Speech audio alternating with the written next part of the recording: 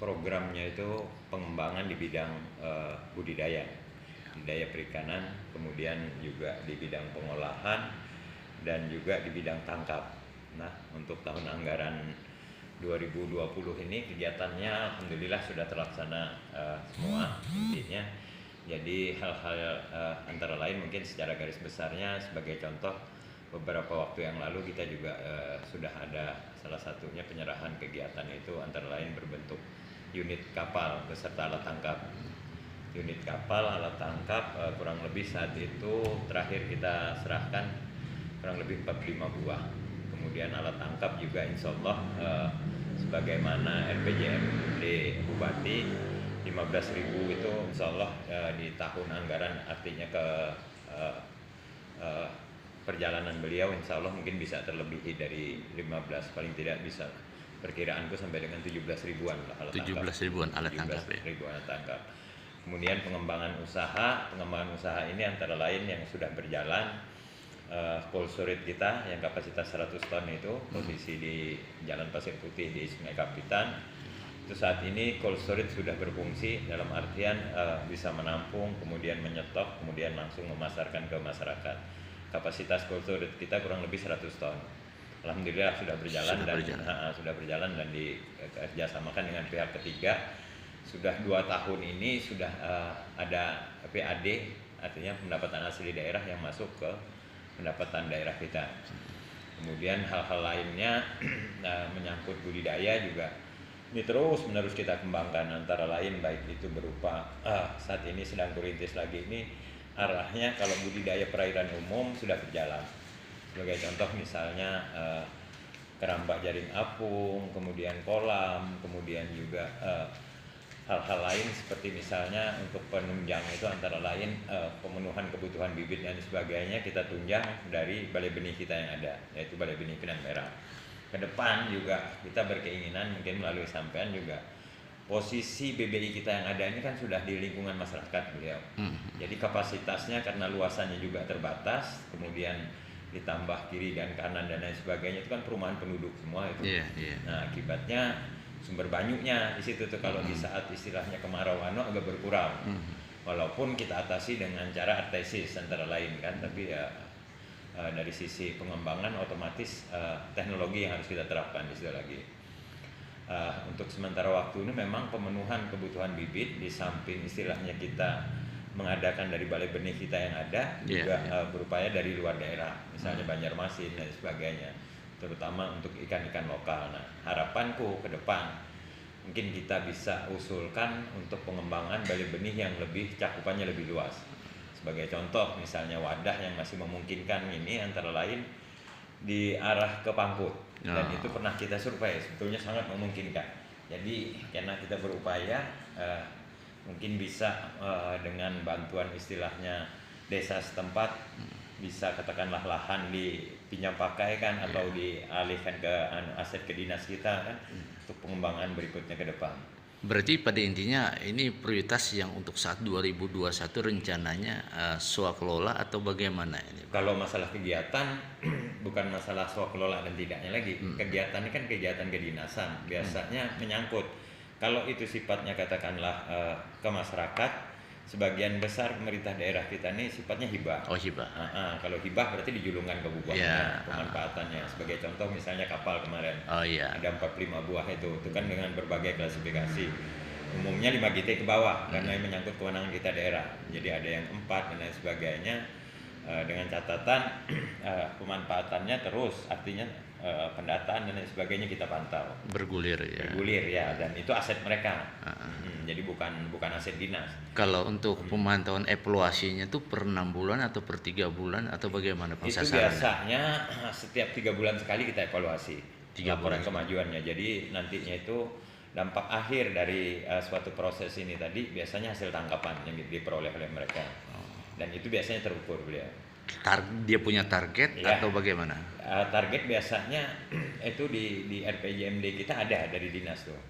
Indikator utama kita untuk kinerja itu ada. Jadi kita prediksi dengan katakanlah unit sekian itu penambahan kurang lebih sekian itu ada biasanya. Kalau ini dilakukan per kelompok atau perorangan atau bagaimana, Bang?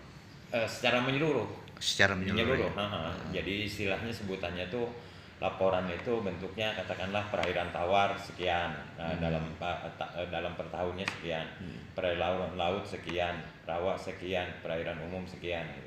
Kalau kita tingkat pembanding Bang, antara tawar dengan laut itu yang sangat signifikan dalam peningkatannya tuh yang mana gitu? Sebetulnya begini, jadilah satu sisi yang perlu kita pahami bersama, potensi kita ini sangat luar biasa, terutama baik itu perairan laut, perairan umum maupun umum ini dalam artian tawar maupun sifatnya budidaya. Secara keseluruhan produksi perairan kita kurang lebih tahun anggaran 2019 kemarin hampir kurang lebih 60 ton. 60 ton ya, nggak salah ya, kurang lebih 60 ton. Ini intinya dalam per hari itu rata-rata kemampuan pasar kita terutama untuk ikan laut maksimal itu 25 ton. Artinya daya tampung pasar kita nih lebih dari itu. Nah ini yang berlebihan tuh, lebih dari itu biasanya pasarnya ini larinya ke luar daerah. Sebagai contoh misalnya Kalimantan Barat, Laut Pontianak dan sebagainya, itu di saat musim kembung dan lain sebagainya. Mengantisipasi ini, seorang usulkanlah salah satu kegiatan untuk penunjang adanya cold storage. Nah Pak Taufik kan bisa cek tuh cold storage kita saat ini itu, di situ ada barang itu rata-rata per hari itu katakanlah dalam seminggu itu minimal 5-10 ton stok mereka di situ tuh. Jadi ada ikan itu ada, jadi bukan hanya dari hasil tangkapan kita. Di samping di saat kita musim kembung di stoknya di situ. Tapi ini pihak ketiga semua. Intinya pelaksananya itu mereka lah. Cuma kewajiban mereka dengan kita ada yang harus mereka bayar. Artinya itu yang menjadi pendapatan asli daerah. Ada retribusi lah dalam ada aturan daerahnya. Ada aturan daerahnya. Besarannya juga kurang lebih 4,5 atau 4,9 per bulannya. Oh itu ya. Berarti pada intinya dalam satu produksi yang mana dikelola oleh pihak ketiga, tapi kerjasama dengan dinas gitu ya. Dinas bukan dinas hanya memfasilitasi. Iya, kerjanya tetap mereka. Oper kemana, pasar dan lain sebagainya mereka. Di saat katakanlah mungkin harga kembung sangat murah di stoknya dulu ada kita. Mbahnya ada memungkinkan opernya kena bisa ke Palangkaraya, bisa ke Sampit, bisa ke daerah yang perlu gitu ya. Daerah yang perlu. Itu dari sisi ikan air laut, ikan lautnya. Kalau ikan tawarnya tidak ada masalah lagi, apalagi budidaya dan lain sebagainya. Itu ya, Bang. Kalau kita melihat untuk saat ini kan untuk ikan tawar ada dua alternatif. Satu sisi untuk pinggiran sungai, di sisi lain kolam. Nah sekarang yang menjadi salah satu prioritas dalam pembinaan dinas perikanan ini yang mana, Bang? Sebetulnya segala sisi. Jadi tawar tetap kita bina, kemudian laut juga tetap kita kembangkan.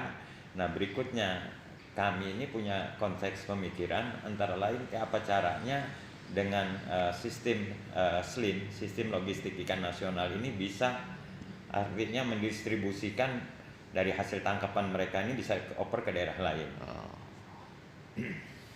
Nah sedikit Bang harapannya Bang kepada kelompok khususnya perikanan yang ada baik di laut maupun di sungai Bang.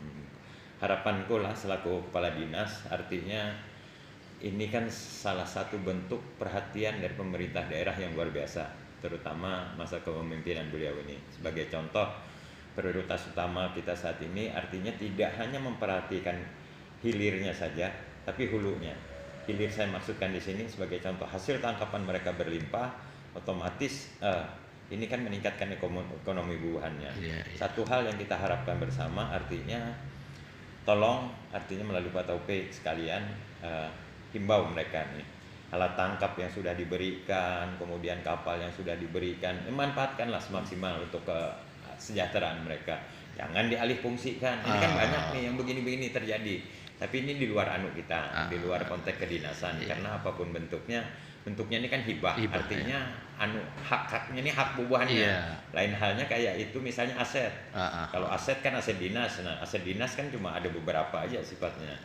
Aset dinas tuh sebagai contoh nih yang masuk saat ini cold storage itu aset dinas. Itu kan terkontrol kita. Penerimaan sekian, setoran sekian terkontrol. Kemudian kayak pabrik es dan sebagainya, itu yang disebut aset dinas. Oh, jadi pada intinya dengan adanya hibah paling tingkat kesadaran mereka untuk mengelola berkesinambungan, jangan sampai ini tidak dimaksimalkan gitu, sehingga memunculkan bisa alih fungsi gitu ya Bang. Itu yang sangat sering terjadi. Itu sering terjadi gitu ya. Tapi mungkin Bang ada sedikit satu pemaparan evaluasi yang selama ini disampaikan kepada masyarakat dengan ada dihibahkan itu, mungkin tanggapan-tanggapan masyarakat apa sih alasan sehingga bisa memunculkan alih fungsi itu Bang? Sebetulnya begini, kalau alih fungsi ini intinya kada terlalu terjadi sih ya. Cuma ini kan himbauan bentuknya, himbauan. Cuma terkadang yang sifatnya bisa beralih fungsi lain sebagainya nih biasanya nelayan terjadi di saat paceklik ini. Oh, perubahan ada Paceklik dan lain sebagainya, karena kan dalam setahun tuh ini yang namanya nelayan kan tidak siap saat artinya berproduksi bisa menghasilkan. Nah di saat begini nih, kondisi begini nih, karena kan ada nih artinya di luar ini ada pihak ketiga lain yang pemodal pemain yang lebih anu nih. Iya, Nah ini aset mereka nih kadang-kadang beralih anu segala macam. Oh, jadi Itu pengaruh Bang lah, efek daripada pendapatan tuh. pendapatan memunculkan Iya. hal yang Hal di yang luar kurang, dugaan ya, mereka iya, gitu iya. ya. Tapi kalau mereka yang memang istilahnya backgroundnya memang nelayan ya tidak mereka sudah biasanya anunya kan kuat Jaringannya. Nah, Berarti dia optimis ke depannya iya, tetap iya, berjalan iya. gitu.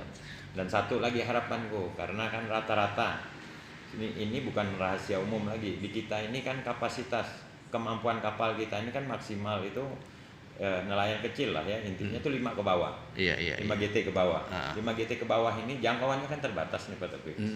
Mereka ini paling banter aku rasa bisa menjangkau melakukan penangkapan tuh sampai dengan maksimal tuh 12 tuh sudah jauh milnya tuh. Sementara di satu sisi nelayan dari luar daerah ini kan banyak. Daerah kita ini kan potensi nih. Iya, iya. Nggak usah jauh-jauh, sebagai contoh istilah cumi dan lain sebagainya. Nelayan kita kan udah pernah menyentuh cumi nih. Ini pendatang semua yang begawi. Oh. Jadi pada intinya saat ini alasan mereka tidak menyentuh itu apa Bang?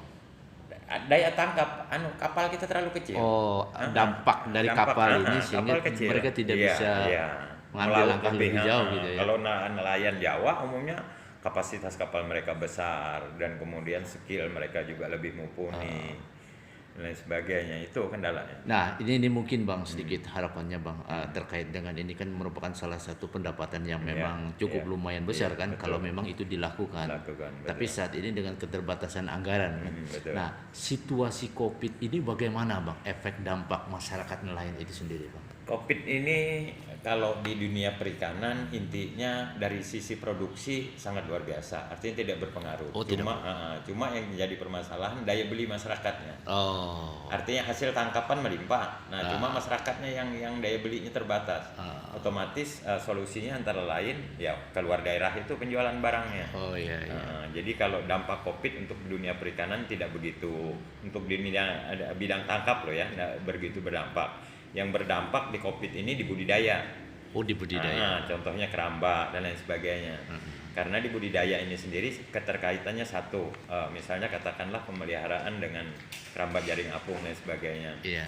Pengaruhnya tidak lain karena harga pakan kan tetap tinggi, sementara nilai jualnya merendah.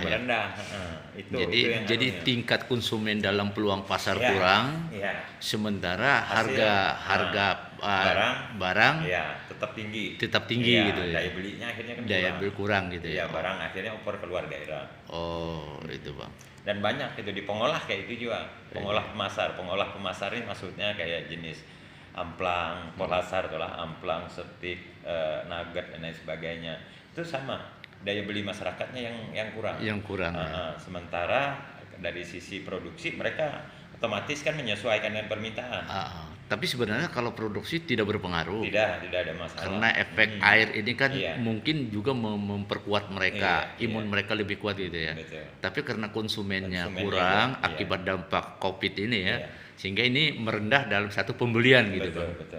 Oke Bang, terima kasih.